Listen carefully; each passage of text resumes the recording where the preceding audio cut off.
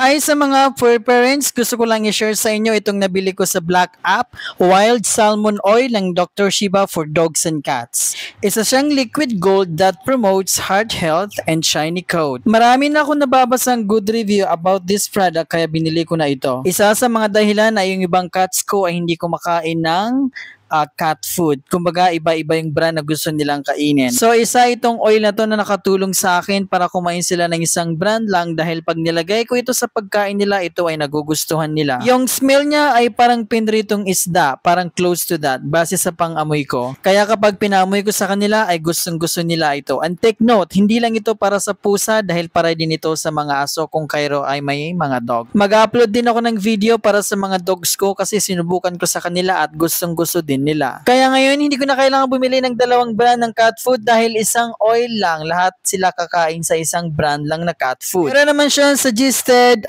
daily amount of serving na nasa likod ng karton or sa box niya. Isa itong oil na nakaka-boost ng immune system ng pusa at aso. Also nourishes skin and coat. Kaya maganda itong oil na ito. Kaya ano pang inaantay nyo sa mga gusto mag-order, nasa comment section ng link. Maraming salamat. Happy fur parents. Bye-bye!